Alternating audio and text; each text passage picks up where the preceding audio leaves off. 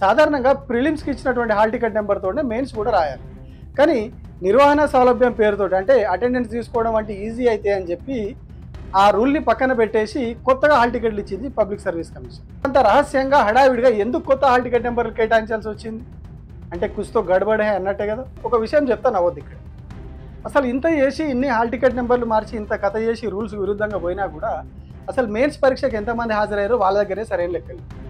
21,093 మంది పరీక్ష రాసిరని 27/10/2024 నాడు చెప్పారు. ఇంట్లో 18 మంది స్పోర్ట్స్ కోటా వాళ్ళు కూడా ఉన్నారని చెప్పారు. కాదు పరీక్ష రాసిన వాళ్ళు 21,085 మంది అని 30/3/2025 నాడు ఏదైతే రిజల్ట్ ఇచ్చిర్రో ఆ రోజు మళ్ళీ చెప్పారు. 25 మంది ఫలితాలను ఆపినాం కాబట్టి ఆ లెక్క వచ్చిందని అన్నారు. అలాంటప్పుడు ఆ 25 కూడా దీనికి యాడ్ చేస్తే మొత్తం 21,110 మంది అభ్యర్థులు పరీక్ష రాసినట్టు అయిపోయింది. కానీ 13/3/2025 నాడు పబ్లిక్ సర్వీస్ కమిషన్ ఒక ప్రెస్ నోట్ ఇచ్చింది. అందులో ఉన్న లెక్క ఎంత అంటే 20,161. మరి మిగిలిన వాళ్ళందరూ ఎక్కడ పోయారని అడిగితే 924 మంది మెయిన్స్లో ఏదైతే క్వాలిఫైయింగ్ పేపర్ ఇంగ్లీష్ ఉందో జనరల్ ఇంగ్లీష్ దానికి వాళ్ళు క్వాలిఫై కాలేదు, అందుకని వాళ్ళని పక్కన పెట్టినాము, అందువల్ల ఈ నెంబర్ వచ్చిందని చెప్పారు.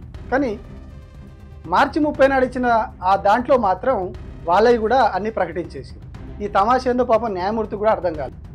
కొత్త హాల్ టికెట్ నెంబర్లు ఇచ్చిందే లెక్క సరి చేయడానికి అని అన్నారు. మరి ఇప్పుడేమో ఒక్కోసారి ఒక్కో లెక్క చెప్తున్నారు. అట్లాంటప్పుడు కొత్త హాల్ టికెట్లు ఎందుకు ఇచ్చినట్టు అంటే ఇక్కడ కూడా ఏదో ఉన్నది, ఏదో తేడా చేయడానికి, ఏదో గలిబిలు చేయడానికే ఈ హాల్ టికెట్ నెంబర్లు కొత్త ఇచ్చినట్టు కదా.